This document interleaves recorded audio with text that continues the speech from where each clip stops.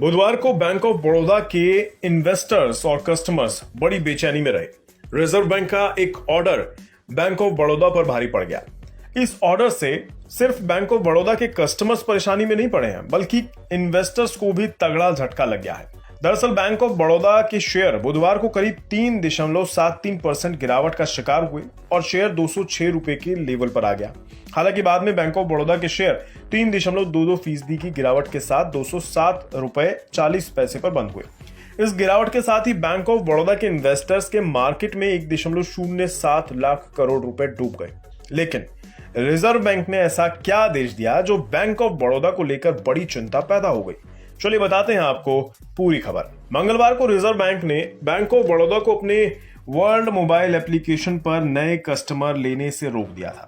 Reserve bank ने कहा कि बैंक पर इस एक्शन की वजह कुछ मटेरियल्स सुपरवाइजरी चिंताएं हैं, जिनका पता इस मोबाइल एप्लीकेशन पर कस्टमर को जोड़ने के तौर तरीके से चल रहा है। बस इस आदेश के आने के बाद ही बैंक के कस्टमर्स और इन्वेस्टर्स दोनों में हड़कंप मच गया। बुधवार को बाजार खुला तो बैंक ऑफ बड़ौदा के शेयर औंधे मुंह गिर गए। कस्टमर्स को डर इस बात का है कि इस ऐप की वजह से कहीं उनके खातों पर कोई संकट तो पैदा नहीं होने वाला। हालांकि बुधवार को बैंक ऑफ बड़ौदा ने एक बयान जारी कर इन चिंताओं को खारिज करने की कोशिश की है। बैंक ऑफ बड़ौदा ने एक बयान में कहा है कि उसने रिजर्व बैंक की चिंताओं को दूर करने के लिए उपाय करने शुरू कर दिए हैं। बैंक ने कहा है कि उसने खामियों को दूर करने के लिए स्टेप्स भी उठाए हैं।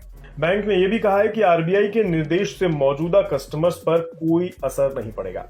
अब आपको बताते हैं कि आखिर bank of Baroda world app का ये मसला क्या है, जिसने बैंक ऑफ बड़ौदा और आरबीआई दोनों को उलझन में डाल दिया है। चलिए पूरी बात बताते हैं आपको। असल में रिपोर्टर्स कलेक्टिव और अल जजीरा ने मिलकर इस साल 11 जुलाई को बैंक ऑफ बड़ौदा पर एक रिपोर्ट छापी थी। इस रिपोर्ट में विसल ब्लोअर्स के हवाले से बताया गया था कि किस तरह से बैंक ऑफ बड़ौदा के अफसरों पर bank of Baroda world app को कस्टमर्स के मोबाइल पर इंस्टॉल करवाने का प्रेशर था और इसके लिए उन्होंने बड़ी अनियमितताओं का सहारा लिया। इसमें बैंक के अफसरों और कर्मचारियों ने ऐसे बैंक खातों की लिस्ट निकाली जो कि मोबाइल नंबर से लिंक्ड नहीं थे। इन खातों को बैंक स्टाफ, अफसरों, सिक्योरिटी और यहां तक कि सफाई स्टाफ के मोबाइल नंबरों से लिंक कर दिया गया।